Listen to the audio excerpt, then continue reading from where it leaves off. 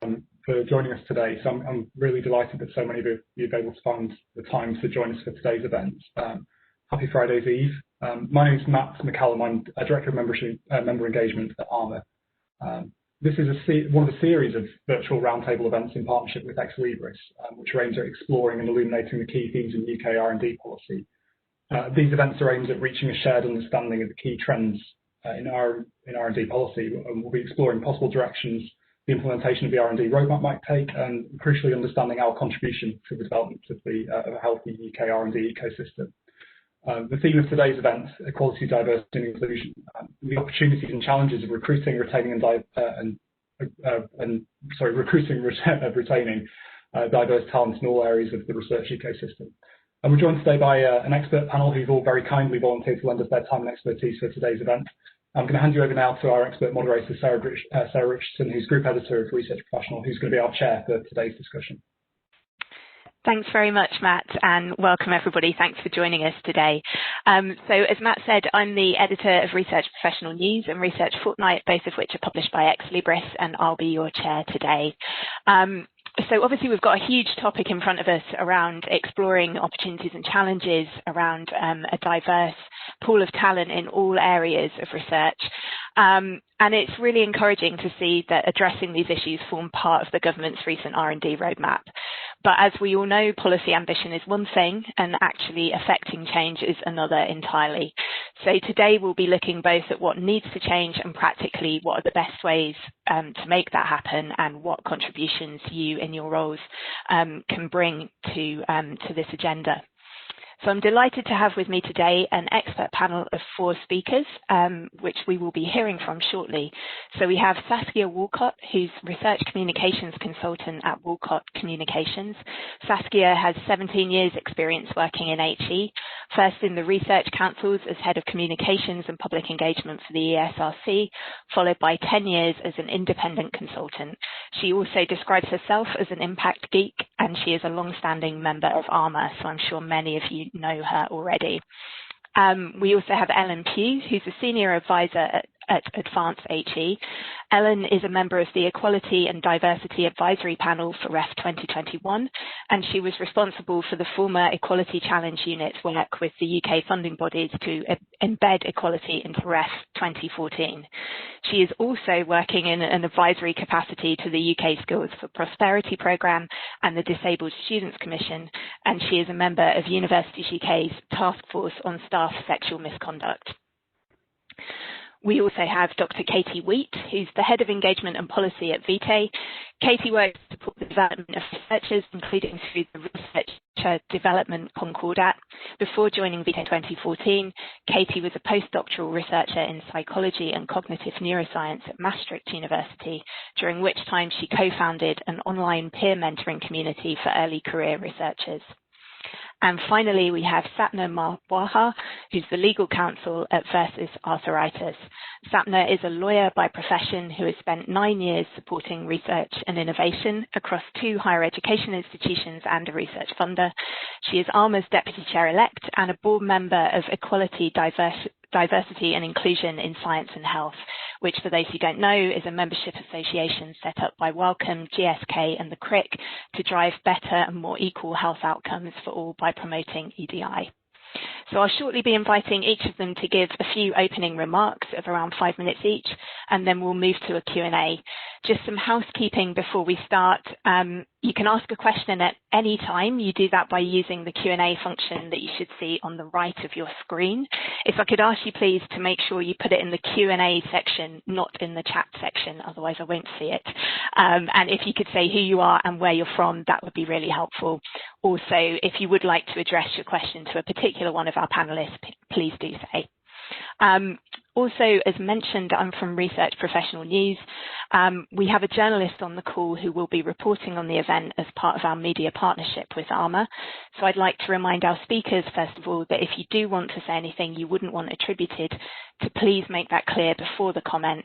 And please, audience, if I could ask, if we do get any comments like that, if you could respect that arrangement and not post any such comments on social media as well, that would be much appreciated. Otherwise, feel free to tweet away with abandon. And so I think with that, we are ready to go. So Saskia, if I could hand over to you first. Thank you, Sarah. So on this panel of experts, my expertise is actually my own personal experience. I'm not coming at this from a policy perspective. I've been asked to talk about sort of my take and my experiences in research management. And I've been working broadly in research management, as Sarah said, for 17 years. And as a woman of colour, for me, the most important conversation around EDI as a topic is really the recognition of intersectionality, as that's really shaped my experience throughout my working life as a woman of colour from a working class background. You know, I've experienced racism, sexism, classism, and sadly there's nothing special or particularly unique about that. But I think, you know, facing just one of those prejudices makes your working environment quite challenging to navigate. But it's the intertwining of those that makes it particularly pernicious. So I think for me, intersectionality has got to be, you know, very much from my own personal experience, the jumping off point in the conversation. Because I think subconsciously, you're constantly trying to prove your value on different levels. And you're battling on different fronts. And that can be quite exhausting and sort of fills you with a lot of doubts. I think the other point I want to make from a personal perspective is that we're looking at EDI very much framed as a professional issue that's about policy, when in fact, you know, when you're talking about issues such as racism or sexism or, you know, other isms that are in there, the whole collection of other prejudices are actually a societal malaise, deeply ingrained in everyone's psyche and constantly reinforced by the messages we receive through language, education, organisational structures, our friends, our families. You know, there's been a number of recent industry reports, and in preparation for this, I reread the UKK report from the autumn on racial harassment in HE, and it was just really disheartening reading because it exposed how persistent racism in particular, because that was the topic they were talking about, remains in the higher education sector, and that permeates down from senior staff through to, you know, how students interact with each other. So the issue, I guess, is first and foremost about being prepared, I think, for us to go on a difficult personal journey if we are going to challenge and make genuine changes in relation to EDI. You know, there's no point in rewriting policies unless that translates into different behaviour and attitudes at an individual level. And I say that knowing that I have my own bundle of prejudices, right? So this isn't a sort of a finger-pointing thing to anyone. I think we all need to do that collectively to examine our unconscious biases that we may hold.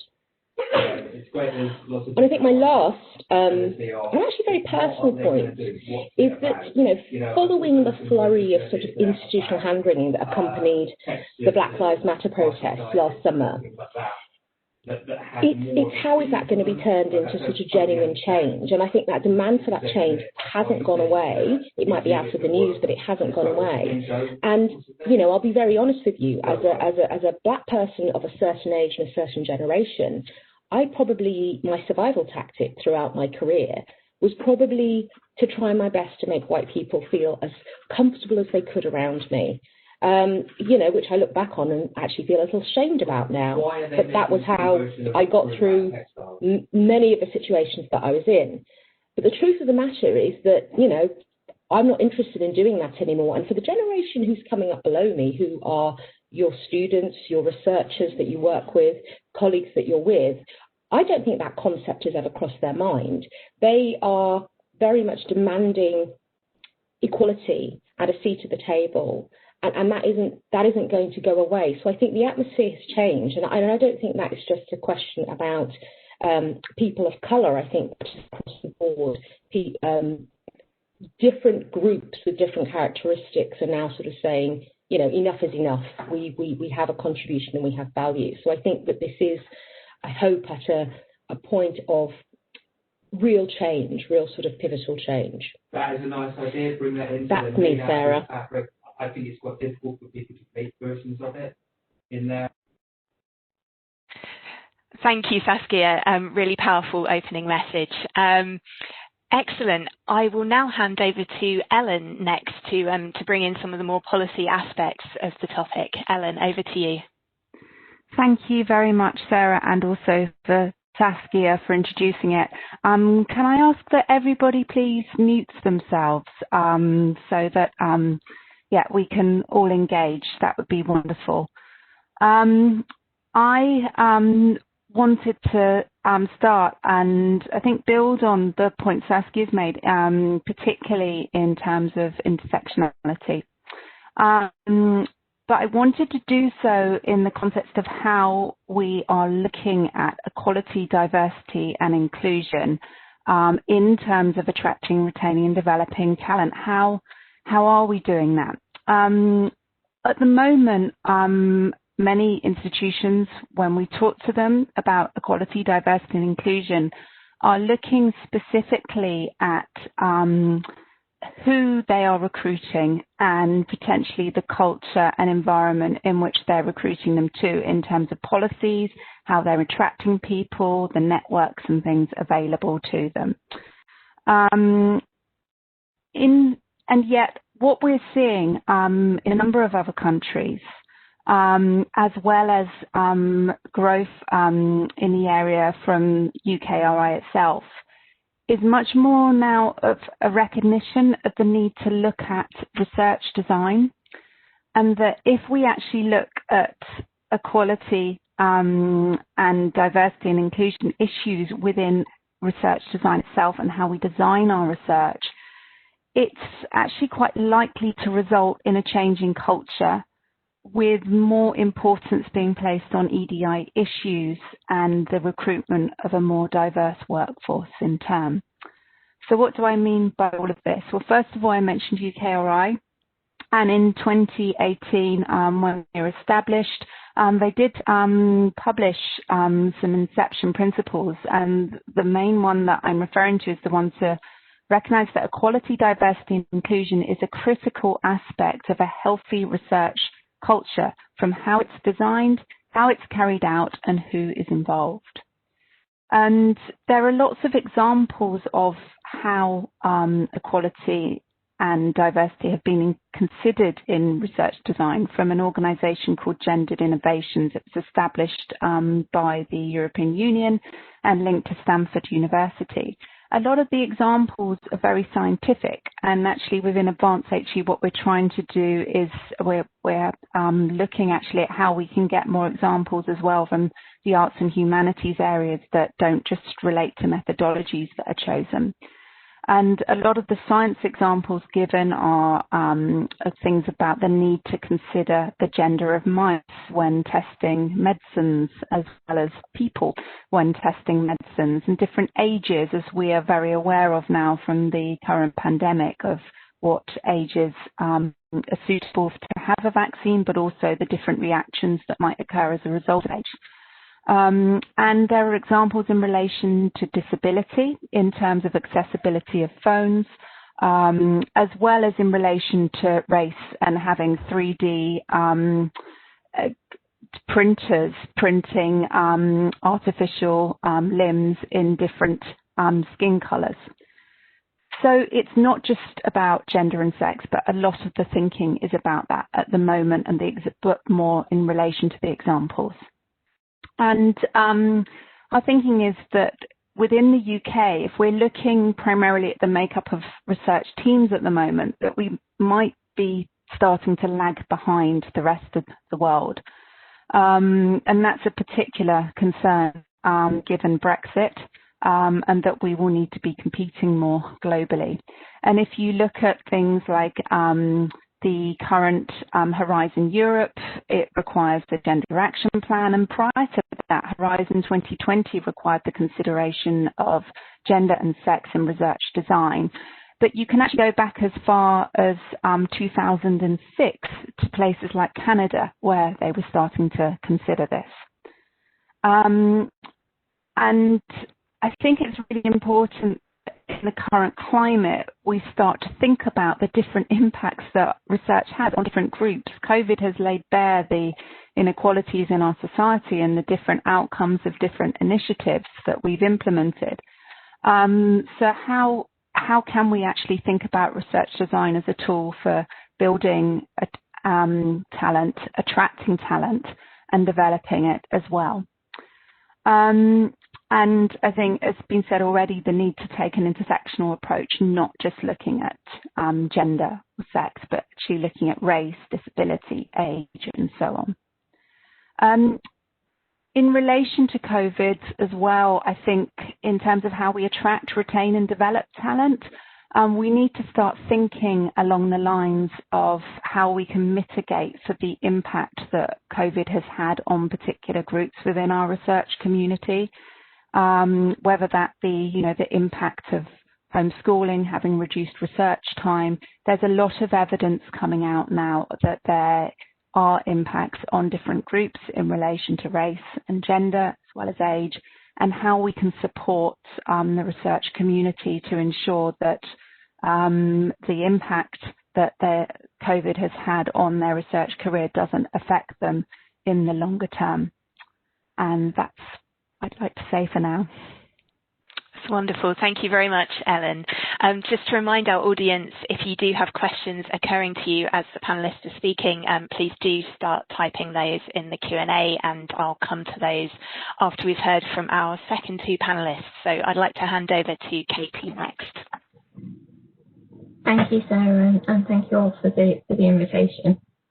So the first point that I'd like to raise is that to echo some of Saskia and Ellen's points, that while there are positive ambitions and lots of potential opportunities for making progress at the policy level, there is also a continued risk that the steps forward are simultaneously being undermined by steps backwards.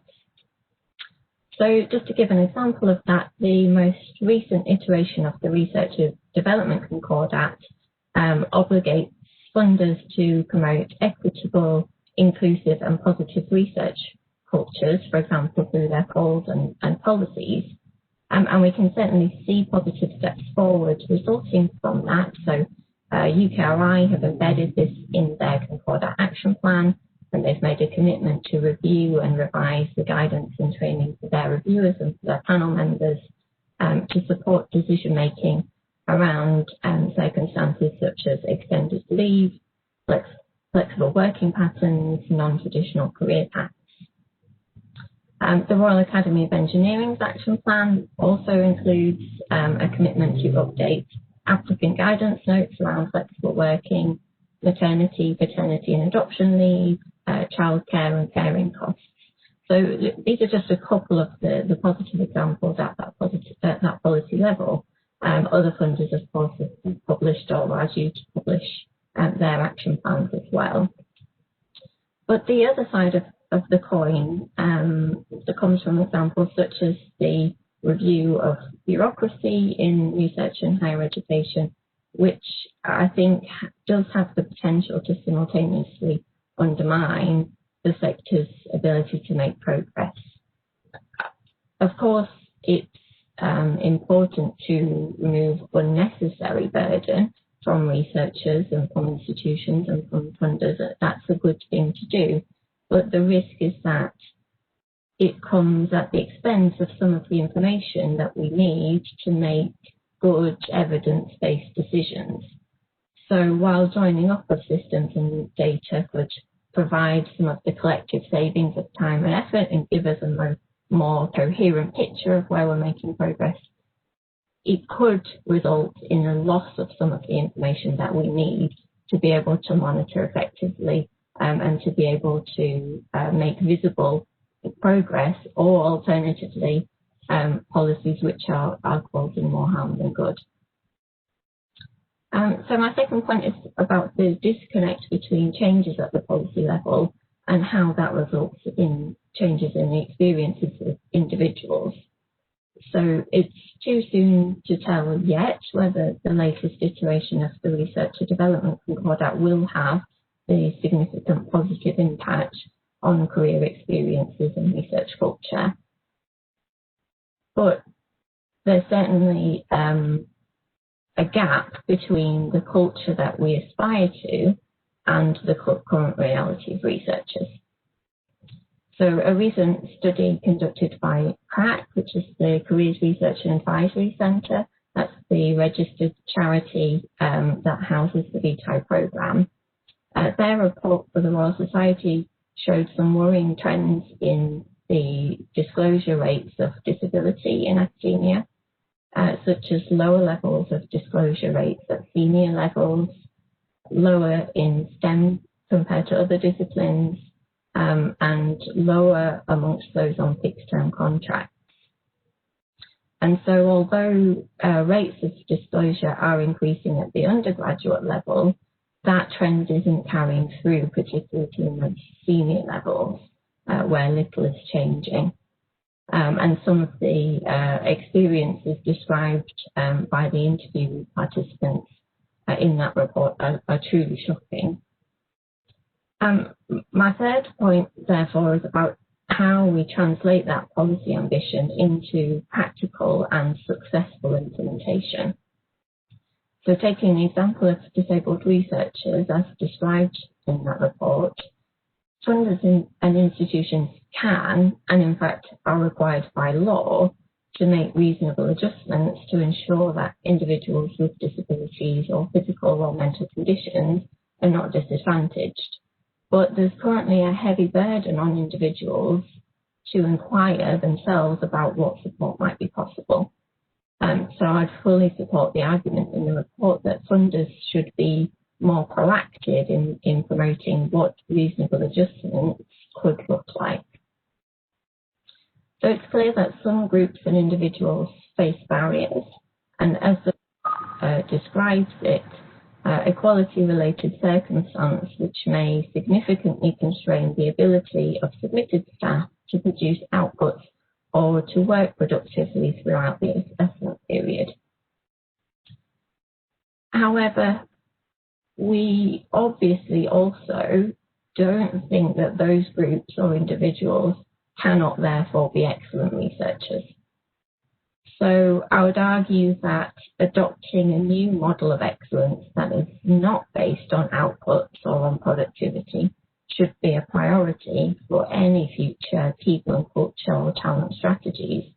And as noted by Ellen, it becomes particularly pressing given the past year, which has certainly had unequal impacts on different individuals and different groups' opportunity to produce outputs and to be as productive as they might have otherwise been.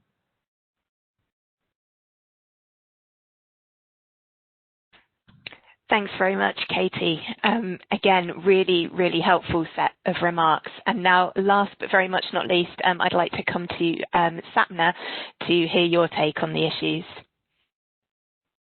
Hi everyone, it's lovely to be here today. I guess I'd like to take things back to organisations and what they can be doing and the reflections that I think we might be having internally. I think we've got to acknowledge that we are in hugely uncertain times with a lot of moving parts and a lot of pressures at the moment. And that can often be a situation where these issues fall down, and that has happened time and time again. But I think we've also got to know that EDI is crucial for organisations not only to survive but to thrive in this climate. We know that organisations that embrace EDI, that foster high belonging cultures, perform better, they're more successful, they're more resilient, they make better decisions, they manage risk better. And as the environment gets more uncertain, actually that's never been more important. As Ellen noted, we're not going forwards at the moment, we're going backwards. The current climate means that actually inequalities are being exacerbated, and there can't be a passive response if we're really to manage it and to be able to work within the environment we're in. I think we've got to start asking, as Saskia said, we've got to have some uncomfortable conversations. I think too much of EDI historically has been focused on making different groups comfortable, whereas actually we've got to start asking ourselves some really uncomfortable questions around, when we've known that these things are in our interest for so long, what really are the blocks? A lot of us are waiting for different parts of the sector to bring the carrots and the sticks that that drive behaviour, and absolutely we need them. We know that they work, but I think organisations also need to be asking themselves internally what they, do they need those drivers? Do they not see it as being in their own interest? And what's stopping you from going along those lines? I think a lot of the myths around EDI, have been busted. Things like that taking a stance often results in a loss of business. Actually, it's shown that putting your values on display does help. There's also the notion that you're somehow catering to minority needs when actually making things like your website more accessible for people who find it more difficult actually makes it more accessible for everyone. There's also the notion that there's a huge cost associated when actually there's a huge opportunity cost for not pursuing these things.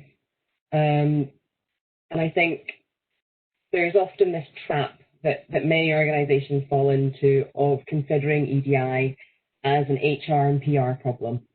And the reality is that if you deal with it at that superficial level, you don't get the cultural change that you need. We need to consider it strategically, we need to consider it holistically. And that means looking at all of the different stakeholder groups. It also means thinking about, we're talking about about talent today. And I think often when you have the conversation around talent, it tends to focus on the recruitment process and how we get people in the door. But actually equally important is how comfortable those people are once you get them in the door.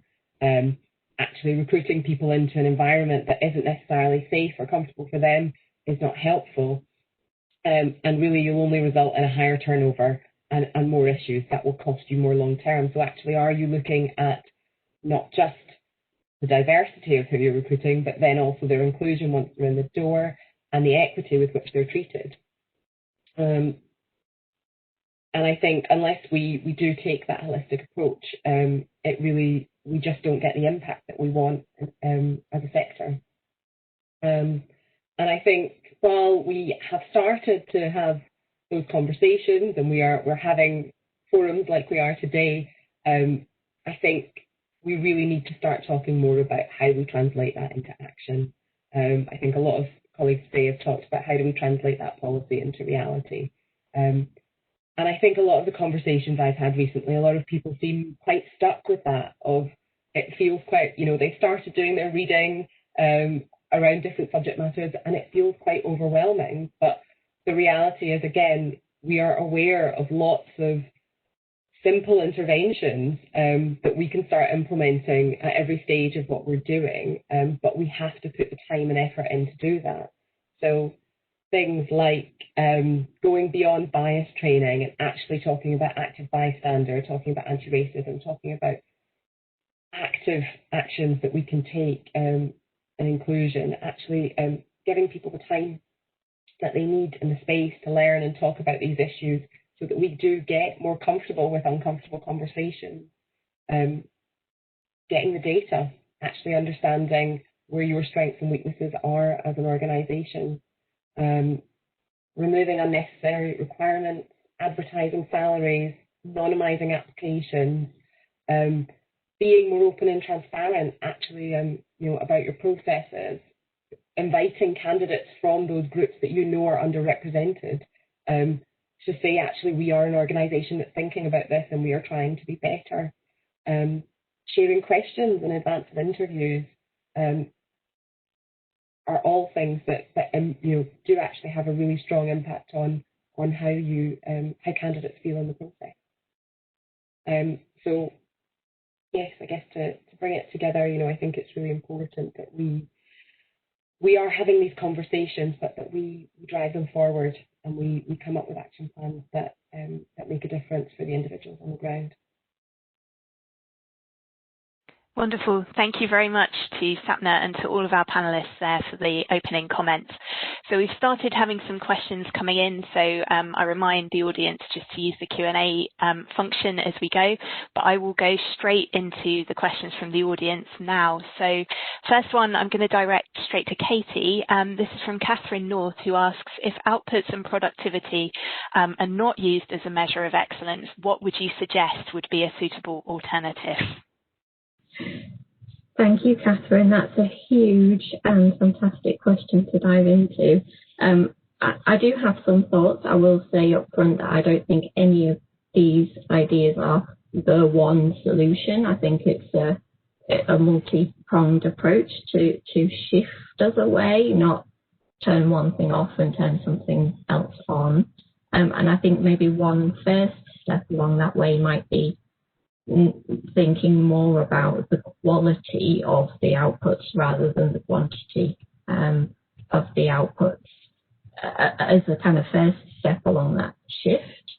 Other approaches might be thinking more about team-based reward and recognition rather than the individualistic, PI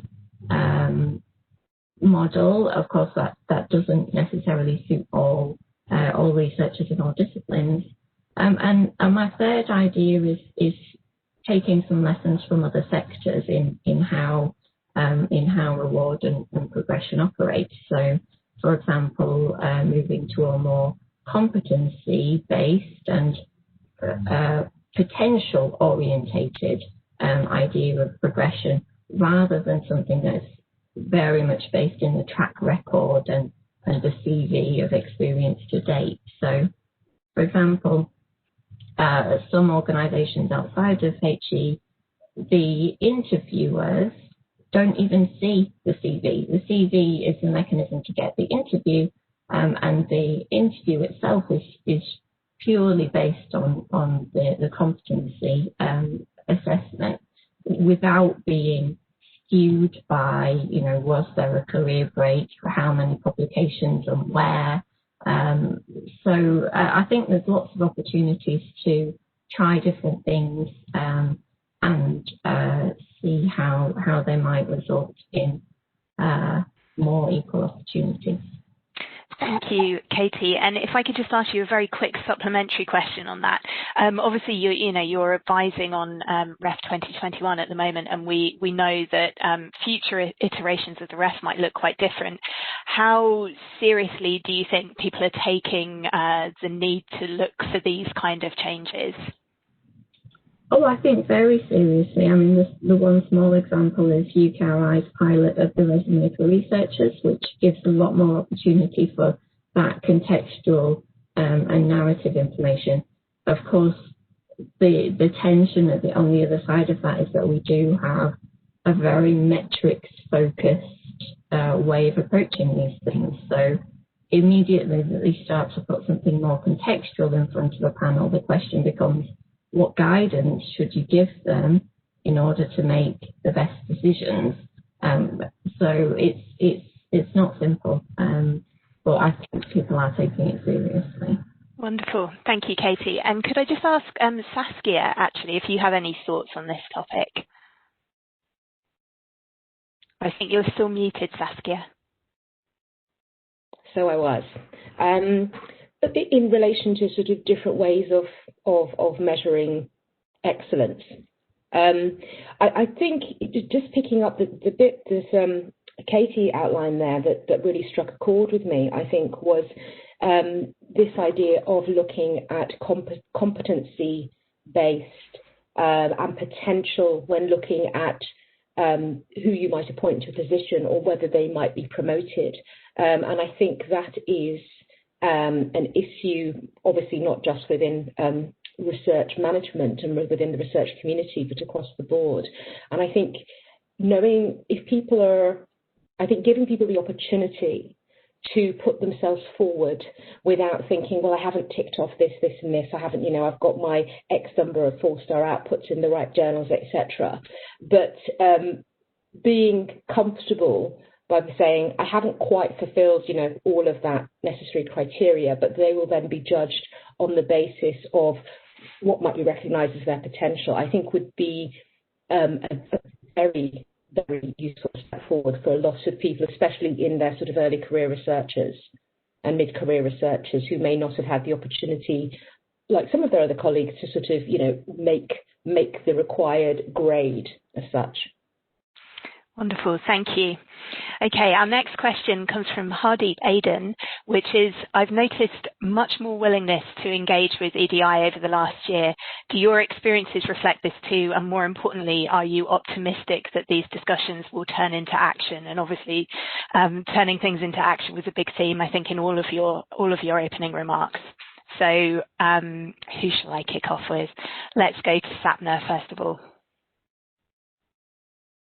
Hi, Eddie. Yeah, I think it's a big question. I think there's definitely been a lot more conversations this year, but I think, as Saskia alluded to, there was a lot of hand-wringing that we also saw. There was a lot of performative action, and I think I've had a lot more conversations, but I think the reality is there's been a variety of responses within that, in terms of the people that I feel just want to be seen to be having the conversation and the people that are really committed to action.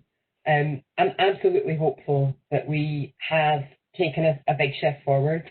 Like Saskia, I think that the reality is ultimately progress is inevitable, and the generations we're working with now think about these issues quite differently. And I think the reality is it's incumbent on organisations as to who wants to take the lead and to be the leaders on these issues. And I think they will reap the rewards for doing that. But I think there's definitely been, I think, as a person of colour, as somebody who's experienced exclusion and barriers, ultimately, I think as well we've got to take care in the conversations that we enter, because I think a lot of this can be hugely exhausting, and you've got to really choose carefully where you invest your energy in the areas where it's going to have the most impact. Lovely, thank you. And Ellen, you're nodding there. Can I bring you in at this point? Yeah, I completely agree with everything Sapna's just said. It is good in that I have noticed more willingness. I've been working in equality, diversity and inclusion for a bit too long now in higher education, and often getting to people to, engaging them, getting their ear, it can be a challenge, and people are more willing to talk. I very much want to see action as a result though, and I think genuine action as well. So I think the fact that, you have a combination of staff, of students, of society generally saying, we need change, it's time for change, will hopefully help. And I really, really want to be optimistic. But let's see what's happening in 2 years' time, please. Lovely. And Saskia, optimistic or? Optimistic, vaguely optimistic, if I'm honest. I haven't, EDI isn't necessarily my speciality area, but I too feel like I've been in the HE sector for a long time, and one sees cycles of trends that repeat themselves, and the same issues come up. I was reading something over the weekend in regards to Athena Swan and the fact that it's been around for nearly 30 years, and yet there are still issues in relation to gender and representation. So I'm optimistic in that I feel the conversation has taken quite a sharp turn. More people are receptive to having these conversations, I think, to examining their own standpoints on various things and to challenge their positions, and therefore to challenge what they see around them. So I think that's for me, that is that's your first steps towards actually a much deeper culture change that is needed alongside the warm words of policy. But, like a lot of this stuff, it's ensuring that you have got often you'll need senior buy-in. So I was talking to a friend who works at a university as a sort of a lecturer, and was just saying that, the EDI group up until recently was just a collection of people they've brought together with different characteristics, and there was no senior representation. And I think for me, looking at universities and within them is that EDI can often be sidelined into a sort of, yes, we've got some people talking about this, there's some brown people there, some people that are gay, some people that are disabled, and they're all having a chat with each other. But you're not necessarily getting a senior buy-in. And I'm sorry if that seems unfair, but, you know, that's the sort of anecdotal. But I do think there is a danger of that. So am I optimistic? I am optimistic because I'm an optimistic person. And I do think there is a change in the air. But as Katie, the point that Katie made, I thought was very pertinent, which was the, you know, 3 steps forward, a couple of steps back, and the way that things work in parallel. Is something to keep an eye on. Wonderful, thank you. And Katie, do you have any thoughts to add to that? Yeah, just a couple of things that came to mind under that question. I think, you know, the past year has been certainly an unusual one, and so I think there are a couple of potentially positives to the pandemic effect. I'll caveat that by saying nobody has had an easy pandemic. But a couple of silver linings, I think, are the way that caring responsibilities has been made more visible.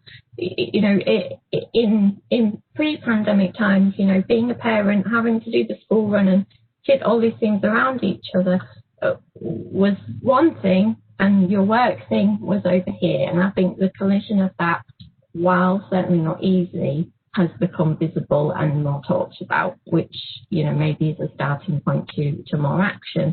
And following on from that, I think because we're all, you know, office-based people working at home, more or less, it brings a new opportunity to build in flexible working where it's needed.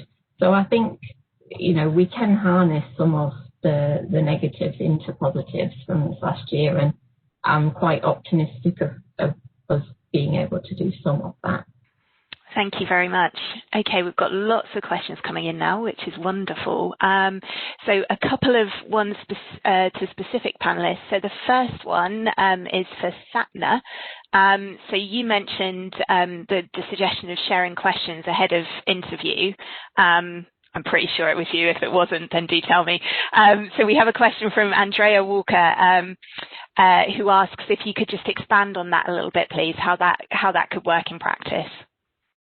Yes, so really simple. It is, if you have, you know, if you're going to be asking your candidates 5 questions, send them in advance. Give them a chance to see. Give them all the, you know, it's fair in that they are all seeing them for the same period of time. They've got the same time to reflect on it. They've got the same time to prepare. But it shows that actually overall the interview performance is much better, and actually you are testing more again for their potential, for their ability to go and research and understand an issue, than you are testing for their ability to perform on the spot. And actually, in a lot of jobs, you know, that's not the skill that you necessarily need. You don't need to be on the spot. Sometimes you are spending time researching issues, you're spending time considering things, reflecting on them, and actually getting that more considered response improve the performance of interviewees across the board. Lovely, thank you. And the next question I'm going to put to Ellen, which is about research design. So a question from Anna Mkhitaryan, I hope I have not mispronounced your name there, who asks whether there are any known social science research design approaches that have been recognised as particularly EDI friendly. Yeah, I've had a brief look at this because we're actually, Advanced HU is organising a symposium on the issue for later this year. There is coverage of the social sciences, but as I think I mentioned, the focus is on methodological approaches taken. It's not looking at the research design elements itself in terms of the focus of the research, who's included, and so forth, as is the case in the sciences in terms of STEM subject areas. So it's an area that we think might require more work potentially. We're unsure at the moment. If you're aware of things, then please do let us know. and have a look out for the, it's actually a colloquium, not a symposium, that we've got coming up where we hope to look into this in more detail with the sector. Lovely, thank you. Next question comes from Lenny Foster, and I think it's one that's come up a lot, but perhaps not so much today actually so far. The question is, I've often found that the burden of promoting EDI falls on the individuals with protective characteristics. So how would you suggest that we spread this burden, i.e. Athena Swan champions not being female early career researchers, as this can affect their career progression? So I'm going to come to Ellen first on this one. Thank you for the question, Lenny. I think firstly, I think it's important to be aware that under the Equality Act, everyone has a protected characteristic. A lot of the protected characteristics apply to all.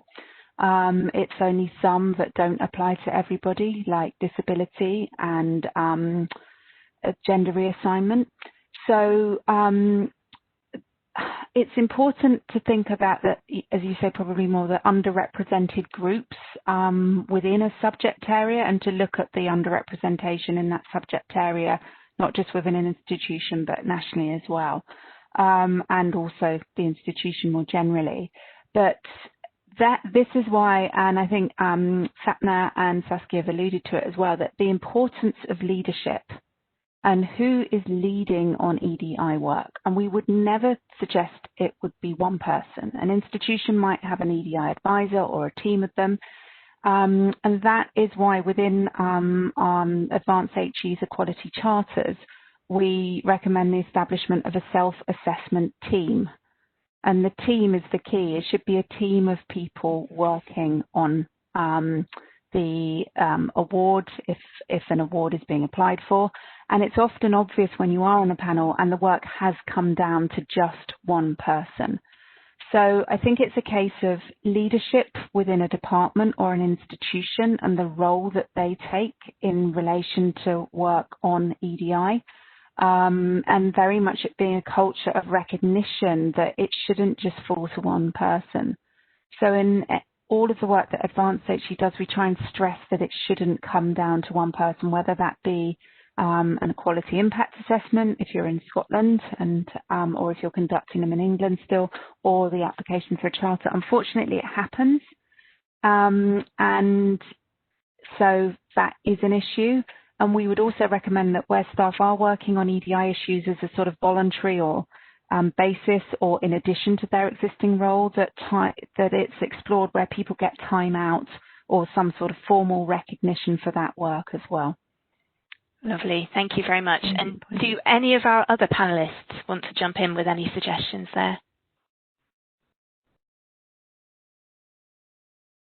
I would just come in and say, yes, I agree. I think ultimately, while it might not be about the protected characteristics, ultimately those people who experience the highest levels of barriers and exclusion inevitably are the ones most motivated. And I think there is a role in terms of when you are one of those people in the minoritized communities, in terms of, recruiting allies and making sure that there is a wider group and that the issues are more understood. But again, I would come back to, we need leadership on these issues.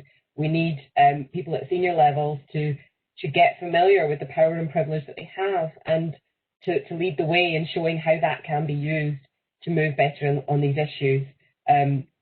I think, unless you have that leadership level buy-in, unless you have that modelling of the behaviours at a leadership level, people inevitably don't feel safe. They might be exploring those issues privately, but actually you don't get the cultural change if you're not leading it.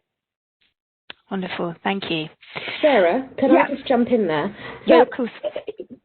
Just listening to those conversations, what Sapna's just said is that, we keep coming back to the key importance of leaders. And yet, and I think that is a particular challenge within research and within the university structures that research is conducted, because if you look at the profile of a lot of the leaders, they are your classically privileged groups.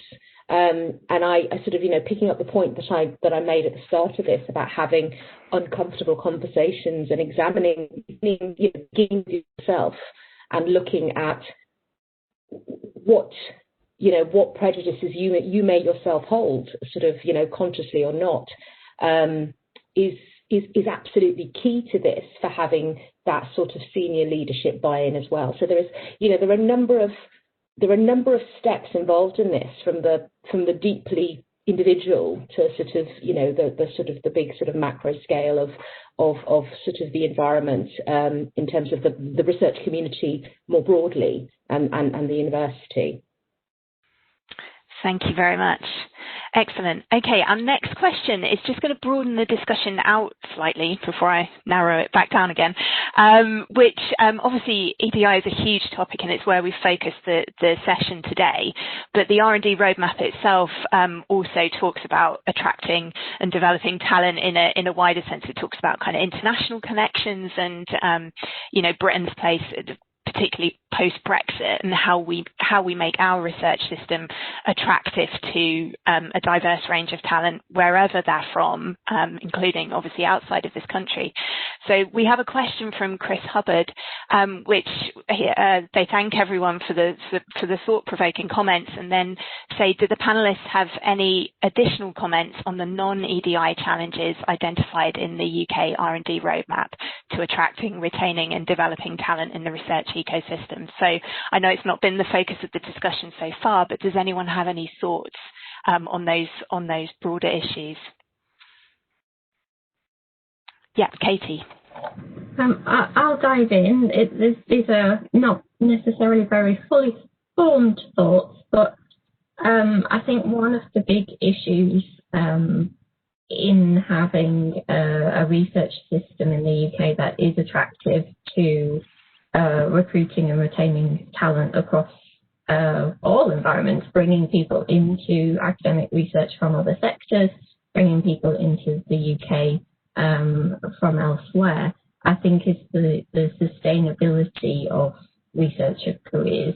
So thinking about that frequent period of precarity following, and in some cases part of the doctoral degree, and then through potentially a series of short fixed-term contracts, either down a postdoc route or down a teaching route. And I think finding more sustainable ways of employing researchers in that phase benefits everybody. It intersects with so many of the issues that we've talked about here, because if you are from an underrepresented group in the system, but perhaps you also then have reasons why being able to sustain yourself through that period is more difficult than for others. Yet we don't want to lose those people from the pipeline. The Crack and Law Society report shows that we potentially are losing disabled researchers through barriers to progression to those senior roles, and we need them to be there. I think that's part of the leadership that the other panelists were talking about in response to that last question. Having those people in senior roles, they become the best champions and advocates for us all to do this better. Thank you very much. Okay, so we are nearly at the end of the hour, but I have one final question that I'd like to ask each of you, if I could ask you to keep your answers quite brief. But the audience today is predominantly research managers and administrators, as you would expect. So if you could suggest one thing that people in those roles could do to drive forward this agenda. We've talked a lot about what people in leadership positions need to do. Perhaps is there something that you would give our audience today as a takeaway, either to influence others in their organisation or something they could practically do themselves? I'll dive in there.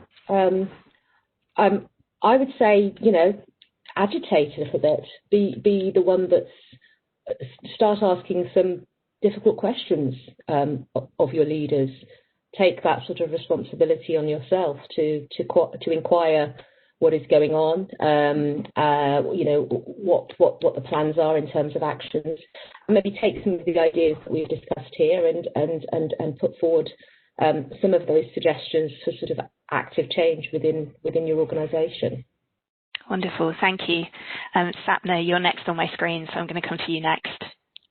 Yeah, I mean, I guess building on that a little, you know, I would say we've all got power and privilege in our own frame, you know, sphere of influence. You know, if you are recruiting for a role and you want to do that a little bit differently, do, and, you know, change how you ask questions, change how you approach the process, and demonstrate to your colleagues that it works.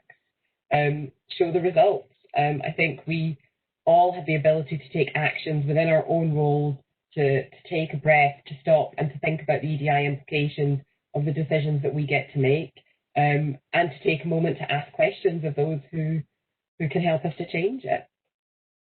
Thank you very much. Katie?